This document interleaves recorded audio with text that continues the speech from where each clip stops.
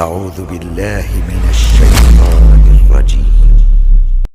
عظمت اتنا پاکیزہ مقدس، زکوٰۃ کی باری آئی، فرشتوں کو بھیجا، زمین پہ فرض کیا، اور دیگر عبادات احکام شریعت کو اللہ رب العالمین نے فرشتوں کو بھیج کر کے زمین پہ فرض کیا۔ لیکن جب نماز کی باری آئی تو اللہ رب العالمین نے جبریل سے کہا جاؤ میرے محبوب کو لے کر کے آؤ، میرے محبوب کو لے کر کے آؤ، یہ ایسا تحفہ ہے جبریل جو تمہارے ہاتھ میں نہیں دوں گا میں، جاؤ میرے محبوب کو لے کر کے آؤ۔ استقبال کے ساتھ جناب محمد رسول اللہ کو لایا گیا اور تحفے میں اللہ رب العالمین نے نماز عطا کیا، 50 وقت کی نماز۔ جب آنے لگے موسیٰ سے ملاقات ہو جاتی، موسیٰ نے کہا بھائی کیا ماجرا ہے، اللہ نے کیا ہدیے میں دیا؟ کہا یہ 50 وقت کی نماز۔ موسیٰ نے کہا جاؤ اللہ سے کم کرا لو نماز، تمہاری امت یہ نہیں ادا کر سکتی۔ اللہ کے رسول کئی بار جاتے ہیں، آخر کار کم ہوتے ہوتے 5 وقت کو اللہ رب العالمین نے واجب اور ضروری قرار دیا، اور یہ بھی کہہ دیا کہ امت محمدیہ 5 وقت کی نماز ادا کرے گی، ثواب 50 کے برابر ملے گا، ثواب 50 کے برابر ملے گا۔ تحفہ لے کر کے جناب محمد رسول اللہ صلی اللہ علیہ وسلم آتے ہیں، اور یہ ہجرت سے 18 مہینے پہلے کی بات ہو رہی ہے۔ اور کتنی نماز فرض تھی؟ 5 وقت کی کتنی رکعت پڑھی جاتی تھی؟ 2 رکعت کر کے پڑھی جاتی تھی۔ نماز 5 تھی، رکعتیں کتنی تھی؟ 2 رکعت، ظہر، عصر، مغرب، عشاء، فرض، ساری نمازیں 2 رکعت کر کے پڑھی جاتی تھی۔ اور 4 رکعت کب پڑھی جانے لگی؟ جب اللہ کے رسول مکہ چھوڑ کر کے ہجرت کر کے مدینہ آئے۔ مدینہ آنے کے 1 مہینے کے بعد اللہ رب العالمین نے ظہر کو 4 کر دیا، عصر کو 4 کر دیا، عشاء کو 4 کر دیا، مغرب کو 3 کر دیا، اور فجر کو اس کی حالت پہ برقرار رکھا۔ دلیل جناب محمد رسول اللہ صلی اللہ علیہ وسلم کی حدیث کہ ان عائشہ رضی اللہ عنہا قالت فرضت الصلاۃ رکعتین ثم حاضر النبی صلی اللہ علیہ وسلم الی المدینہ ففرضت 4 وترکت صلاۃ السفر علی الاولى، اخرج البخاری فی کتاب مناقب الانصار، بخاری شریف کی روایت ہے۔ اما عائشہ رضی اللہ تعالیٰ عنہ بیان فرماتی ہیں کہ پہلے نماز 2 رکعت فرض کی گئی، جب اللہ کے رسول صلی اللہ علیہ وسلم ہجرت کر کے مدینہ تشریف لائے تو اللہ رب العالمین نے 2 کو 4 کر دیا، اور سفر کی نماز کو اس کی اصلی حالت میں برقرار رکھا۔ یعنی اگر کوئی سفر کر رہا ہے تو ظہر کی 2 رکعت پڑھے گا، عصر کی 2 رکعت، عشاء کی 2 رکعت کیا کرے گا؟ پڑھے گا۔ یعنی سفر کی نماز کو اللہ نے اس کی حالت پہ برقرار رکھا۔ تو پتہ کیا چلا نماز کی جو ہسٹری اور تاریخ ہے، کیسے فرض ہوئی، کب فرض ہوئی، اور 2 کہاں فرض ہوئی، 4 کہاں فرض ہوئی، یہ تمام چیزیں آپ کے سامنے ذکر کی گئی۔ اب میں آپ کو نماز کے فوائد کی طرف لے کر کے چلتا ہوں کہ نماز ادا کرنا، نماز پڑھنا، اس کے اندر کتنا فائدہ ہے، دنیاوی فائدہ بھی ہے، اخروی فائدہ بھی ہے، جسمانی فائدہ بھی ہے۔ اللہ رب العالمین سے ہم یہ بھی دعا کرتے ہیں کہ اللہ رب العالمین ہمیں نماز سے فائدہ اٹھانے کی توفیق عنایت فرمائے۔ نماز یہ اسلام کا ایک عظیم رکن ہے۔ نماز میں دلوں کا سکون، دلوں کا چین، راحت ہے۔ نماز جناب محمد رسول اللہ صلی اللہ علیہ وسلم کے آنکھوں کی ٹھنڈک ہے، اور یہ نماز یہ اسلام کی مضبوط پلر ہے۔ اللہ کے رسول صلی اللہ علیہ وسلم نے نماز کو اسلام کا دوسرا رکن، دوسری بنیاد قرار دیا۔ جناب محمد رسول اللہ صلی اللہ علیہ وسلم کی اس حوالے سے بڑی مشہور روایت ہے کہ نبی ہریرہ رضی اللہ عنہ عن ابن عمر رضی اللہ عنہ عن النبی صلی اللہ علیہ وسلم قال بنی الاسلام علی 5 شہادت ان لا الہ الا اللہ وان محمد رسول اللہ واقام الصلاۃ وایتاء الزکاۃ والحج وصوم رمضان، اخرج البخاری فی کتاب الایمان، بخاری شریف کی روایت ہے۔ اللہ کے رسول صلی اللہ علیہ وسلم فرماتے ہیں کہ اسلام کی بنیاد 5 چیزوں پہ ہے۔ پہلی بنیاد شہادت کا اقرار کرنا، اللہ کی وحدانیت کا اقرار کرنا۔ جب آدمی کلمہ پڑھ لیتا ہے اشہد واللہ الہ الا اللہ، تو گویا کہ وہ اقرار کرتا ہے کہ اللہ میں تیری ہی بندگی کروں گا، تیری ہی عبادت کروں گا۔ اگر کوئی آدمی کلمہ پڑھنے کے بعد اللہ کے سامنے بھی سر جھکاتا ہے، غیر اللہ کے سامنے بھی سر جھکاتا ہے، کلمہ پڑھنے کے بعد اولاد اللہ سے بھی مانگتا ہے، اولاد صاحب قبر والوں سے مانگتا ہے۔ اگر کوئی کلمہ پڑھنے کے بعد جو چیزیں اللہ کے لیے خاص ہیں غیر اللہ سے مانگتا ہے، قبر والوں سے مانگتا ہے، ہے، مرے ہوئے لوگوں سے مانگتا ہے، پیر و فقیر سے مانگتا ہے، تو ایسا انسان اپنے کلمے کے اندر جھوٹا ہے، اپنے کلمے کے اندر جھوٹا ہے۔ ساتھ ہی ساتھ وَأَشْهَدُ أَنَّ مُحَمَّدَ رَسُولُ اللَّهِ کا جب وہ اقرار کرتا ہے تو گویا کہ وہ اس بات کا اقرار کرتا ہے کہ میں جو بھی کام کروں گا جناب محمد رسول اللہ کے سنت کے مطابق کروں گا، جو چیزیں سنت سے ہٹی ہوئی ہوں گی، فرمان مصطفیٰ سے ہٹی ہوئی ہوں گی، اسے نہیں کروں گا۔ اس بات کا انسان اقرار کرتا۔ اگر وہ کلمہ پڑھنے کے بعد اللہ کی عبادت نہ کر کے غیروں کے سامنے سر جا کر کے جھکاتا ہے تو ایسا انسان اپنے کلمے کے اندر جھوٹا ہے، سچا نہیں ہے ایسا انسان اپنے کلمے کے اندر۔ یہی وجہ ہے کہ آج بہت سارے کلمے کی اقراری آپ کو ملیں گے، اور اللہ نے، میں آپ کو بتلاتا چلوں کہ اللہ نے سر ایک بنایا، اللہ ایک ہے اور سر بھی اللہ نے ایک بنایا ہے۔ مقصد اس کے اندر یہ ہے کہ جس رب نے تمہیں بنایا ہے یہ پیشانی اسی کے سامنے جھکنی چاہیے، غیر اللہ کے سامنے نہیں جھکنی چاہیے۔ یہ سجیے پیشانی مسجد میں جھکنا چاہیے، اس پیشانی کو آپ غیروں کے مزارات پہ نہ جھکائیں، یہ پیشانی غیر اللہ کے دربار میں نہ جھکائے، یہ پیشانی کسی مندر میں نہ جھکائے۔ پروردگار نے ایک پیشانی بنائی ہے، ایک اللہ رب العالمین کی بندگی اور عبادت کرو۔ یہی وجہ ہے کہ جناب محمد رسول اللہ صلی اللہ علیہ وسلم نے جب جنازہ پڑھنے کا طریقہ سکھلایا تو کہا خبردار کھڑے کھڑے فاتحہ پڑھ لینا، کھڑے کھڑے سورت پڑھ لینا، درود شریف کھڑے کھڑے پڑھ لینا، لیکن خبردار مردہ تمہارے سامنے ہے، جنازہ تمہارے سامنے ہے، رکوع نہیں کرنا، سجدہ نہیں کرنا۔ ورنہ پتا تھا جناب محمد رسول اللہ صلی اللہ علیہ وسلم کو کہ اگر میں مردے کے سامنے رکوع اور سجدہ کرنے کا حکم دے دیتا تو بعد میں آنے والے لوگ یہ حجت اور دلیل برہان بنا لیتے کہ دیکھو مزار پہ سجدہ کرنا جائز ہے، مزار پہ جھکنا جائز ہے، دیکھو مردے کے سامنے جب جھکا جا سکتا ہے نماز کے اندر تو غیر اللہ کے سامنے نبی صلی اللہ علیہ وسلم قبر پہ کیوں نہیں جھکا جا سکتا؟ اس ذریعے کو جناب محمد رسول اللہ صلی اللہ علیہ وسلم نے بند کر دیا، اور کلمے کا یہ تقاضا ہے کہ کلمہ پڑھنے کے بعد عبادت اللہ کی جائے، غیر اللہ کو اس کے ساتھ شریک نہ ٹھہرایا جائے، یہ عقیدہ رکھا جائے۔ پریشانی دور کرنے والا پروردگار ہے، پریشانی دینے والا اللہ رب العالمین ہے، اولاد دینے والا اللہ اور بے اولاد کرنے والا اللہ رب العالمین ہے۔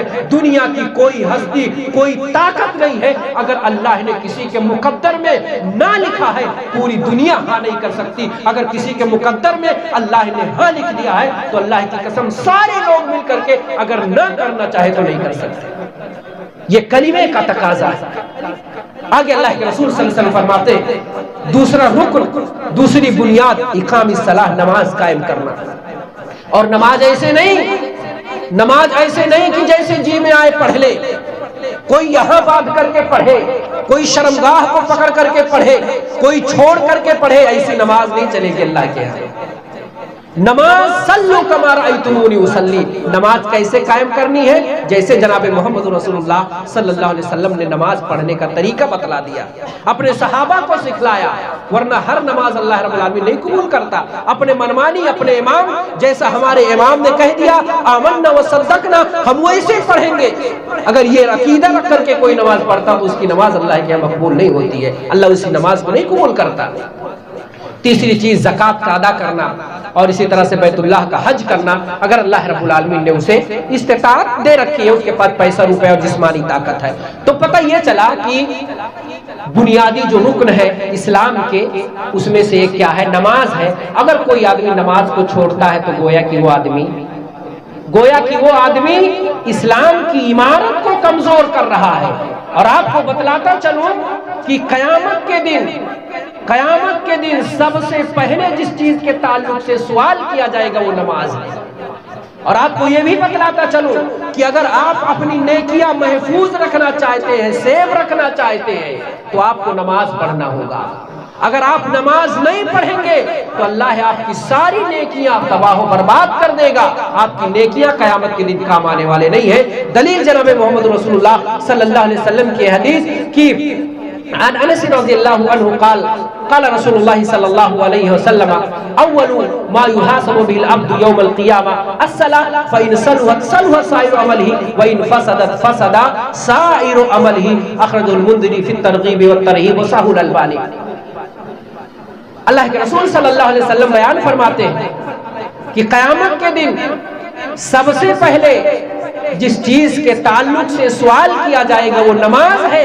اگر انسان کی نماز صحیح سالم رہی، درست رہی، تو اس کے سارے اعمال اگرچہ گڑبڑ ہوں گے اللہ درست کر دے گا، لیکن اگر نماز کے اندر گڑبڑی آ گئی، نماز اس نے نہیں ادا کی، دیگر نیکیاں ہیں اس کے پاس، تو وہ تمام نیکیاں اللہ رب العالمین برباد کر دے گا نماز نہ پڑھنے کی وجہ سے۔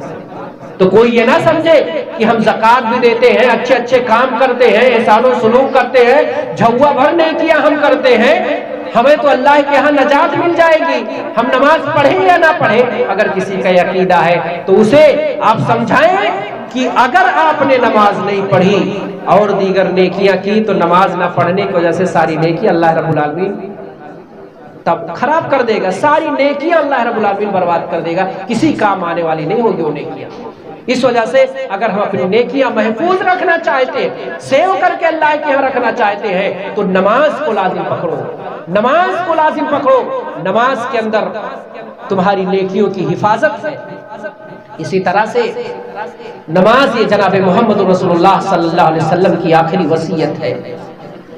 اللہ کے رسول صلی اللہ علیہ وسلم کی بے شمار وصیتیں ہیں، لیکن آخری وقت جو جناب محمد رسول اللہ صلی اللہ علیہ وسلم نے وصیت کی تھی وہ 3 وصیتیں تھیں جس پہ اللہ کے رسول صلی اللہ علیہ وسلم کی وفات ہوئی، اور زبان لڑکھڑاتی زبان سے وصیت کی تھی جناب محمد رسول اللہ صلی اللہ علیہ وسلم نے۔ اللہ کے رسول صلی اللہ علیہ وسلم حضرت عائشہ کے حجرے مبارکہ میں تشریف فرما ہے، بخار کی شدت ہے، اللہ کے رسول کی حرارت بڑھتی جا رہی ہے، کبھی ٹھنڈی لگنے لگتی، اللہ کے رسول کے پاس ایک چادر تھی، اللہ کے رسول کبھی چادر اوڑھ لیتے، کبھی چادر پھینک دیتے، جب حرارت بڑھ جاتی جناب محمد رسول اللہ چادر پھینک دیتے، جب ٹھنڈی لگنے لگتی جناب محمد رسول اللہ صلی اللہ علیہ وسلم چادر اوڑھ لیتے۔ اللہ کے رسول صلی اللہ علیہ وسلم نے اس موقع پہ لعنت بھیجی تھی، کہا لعنت اللہ علی الیہود والنصارى اتخذوا قبور انبیائہم مساجدا۔ پہلی وصیت کی تھی کہ اللہ کی لعنت ہو ان لوگوں پر جنہوں نے اپنے اپنے ولیوں اور اپنے اپنے انبیاء کے قبروں کو سجدہ بنا لیا، سجدگاہ بنا لیا تھا، ان پر لعنت ہو۔ وَيُحَذِّرُ مَا صَنَعُوا، اللہ کے رسول صلی اللہ علیہ وسلم تنبیہ کر رہے تھے کہ ایسا تم نہیں کرنا۔ زبان لڑکھڑانے لگی، لڑکھڑاتی زبان سے جناب محمد رسول اللہ نے اپنے پیاروں کو وصیت کی تھی کہ اے میرے پیاروں نماز کو لازم پکڑ لینا، اے میرے پیاروں نماز کو کبھی چھوڑنا نہیں، اے میرے پیاروں نماز کے تعلق سے، نماز اللہ سے ڈرتے رہو، نماز کے تعلق سے اپنے غلاموں ماتحتوں کے ساتھ احسان و سلوک کرنا۔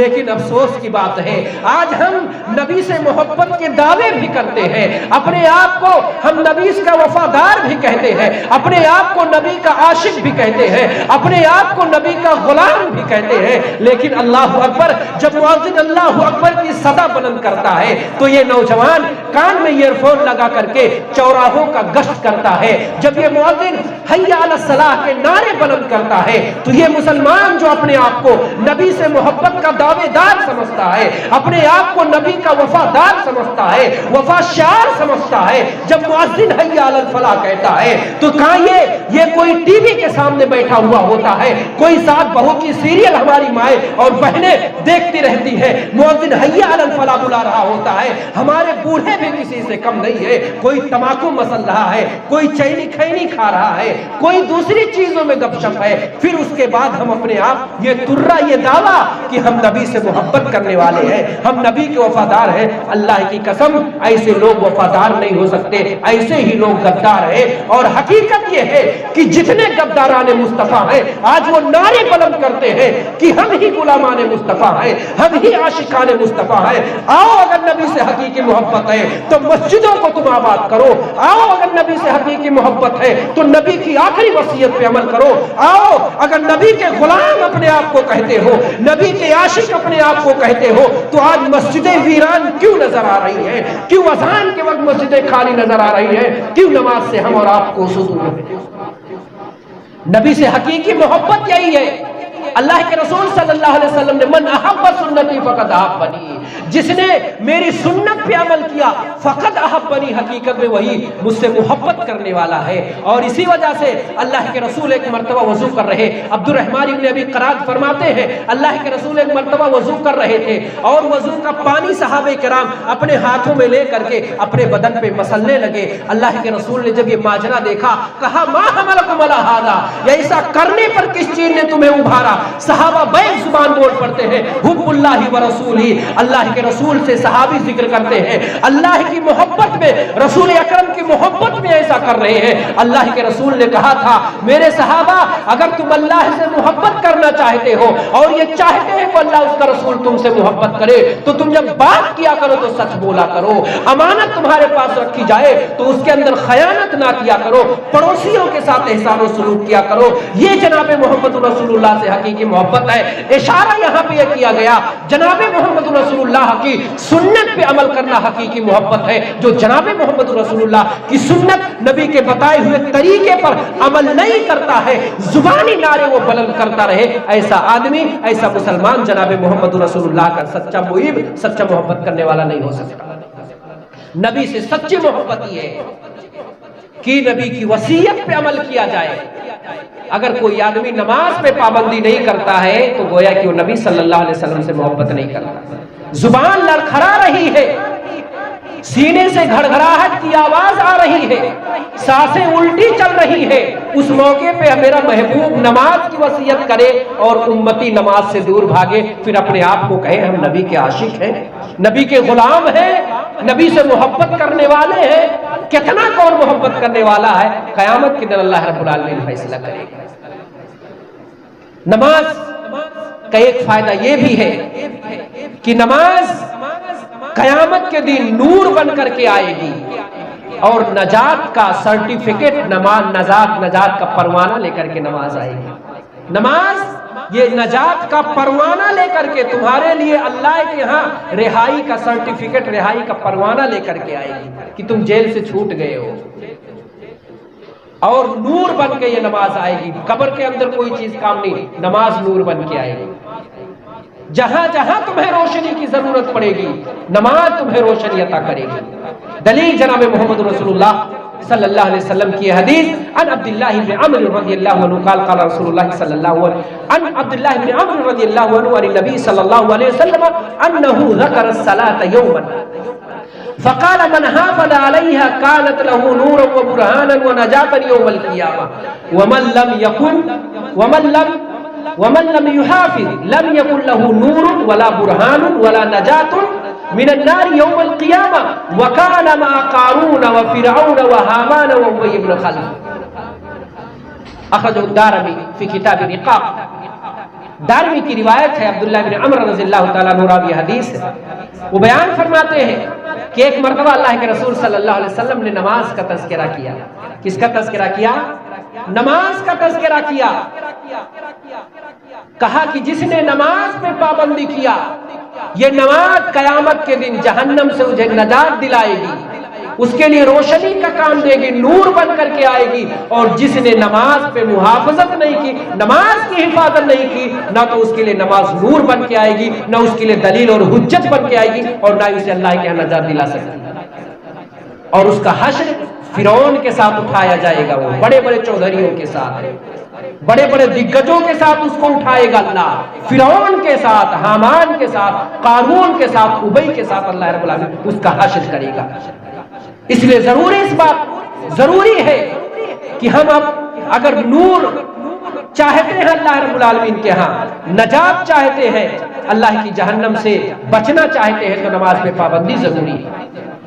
نماز اتنی مفید چیز ہے، قیامت کے دن سلسلہ صحیحہ کی روایت ہے، قیامت کے دن اللہ رب العالمین پکارے گا، اللہ رب العالمین پکارے گا، کیا کہہ کے پکارے گا؟ روایت کے اندر ہے ان اللہ لا ینادی یوم القیامہ این جیرانی این جیرانی۔ اللہ رب العالمین قیامت کے دن پکارے گا این جیرانی، کہاں ہے میرے پڑوسی، کہاں ہے میرے پڑوسی؟ فرشتے کہیں گے اللہ اللہ ومن یجاورک، اللہ کون وہ خوش نصیب انسان ہے، کس کی یہ جرات کس کے لیے مناسب ہے کہ وہ تمہارا پڑوسی بنے؟ اللہ کہے گا اینا جیرانی اینا جیرانی، کہاں میرے پڑوسی؟ تعجب سے حیرانی سے فرشتے پوچھیں گے اللہ کون ہے وہ انسان جو تمہارا پڑوسی بن سکے؟ اللہ رب العالمین فرمائے گا اینا عمار المساجد، کہاں ہے مسجدوں کی آباد کرنے والے؟ کہاں ہے سجدوں سے مسجدوں کو مزین کرنے والے، اپنی پیشانی کو مسجدوں کی چٹائیوں پہ خم کرنے والے، اللہ کی رضا اس کی خوشنودی کے لیے نماز پڑھنے والے، مسجد کو آباد کرنے والے خوش نصیب کہاں آئے؟ وہی لوگ میرے پڑوسی ہیں قیامت کے لیے، اللہ کے پڑوسی بن کر کے رہیں گے، جو مسجدوں کو آباد کرتے ہیں، مسجدوں کی تعمیر کرتے ہیں اور مسجدوں کو نماز پڑھ کے آباد کرتے ہیں۔ اللہ رب العالمین نے کتنا بڑا عہدہ دے دیا، کہا اینا جیرانی، کہاں ہے میرے پڑوسی؟ یہی ہے میرے پڑوسی جو مسجدوں کو آباد کرتے ہیں۔ اور اسی طرح سے میرے بھائی بے شمار فائدے ہیں، اور نماز چھوڑنے کے گناہ بھی بہت زیادہ ہے۔ پہلا گناہ یہ کہ اگر کوئی آدمی، پہلا نقصان کہہ لیجئے، گناہ نہیں نقصان کہہ لیجئے، پہلا نقصان یہ ہے کہ جو نماز نہیں پڑھتا وہ مسلمان نہیں، وہ کافر ہو جاتا ہے۔ ہم نے تو یہی سنا کہ نہیں کافر نہیں ہوتا ہے، ایمان میں کمی ہوتی ہے، لیکن حقیقت یہ ہے کہ جو نماز کو مکمل ترک کرتا ہے ایسا آدمی مسلمان نہیں، کافر ہے۔ اللہ کے رسول کی بے شمار احادیث ہے کہ بندے کے درمیان، ایمان اور کفر کے درمیان فرق کیا ہے؟ نماز کا پڑھنا ہے۔ جس نے نماز کو چھوڑ دیا فقط کفر، اس نے کفر کیا۔ اسی وجہ سے اللہ رب العالمین قرآن فرماتا ہے اقیموا الصلاۃ وتکونوا من المشرکین، نماز پڑھو، مشرکوں کی طرح مت ہو جاؤ، جیسے مشرک نماز نہیں پڑھتا تو اس کی طرح نہ بن جاؤ، بلکہ نماز پڑھنا یہ مسلمان کا طریقہ ہے۔ اگر مسلمان اپنی مسلمانیت پہ برقرار رہنا چاہتا ہے تو اسے نماز پڑھنی، نماز پر لزومیت برتنا واجب اور ضروری ہے اس کے حق میں۔ جو نماز نہیں پڑھتا ایسا آدمی کافر ہے، اسلام کے اندر اس کا کوئی حصہ، کوئی نصیبہ نہیں باقی رہتا۔ دوسرا نقصان یہ ہے، اللہ رب العالمین قرآن مقدس کے اندر ارشاد فرماتا ہے کہ جب جہنمیوں سے پوچھا جائے گا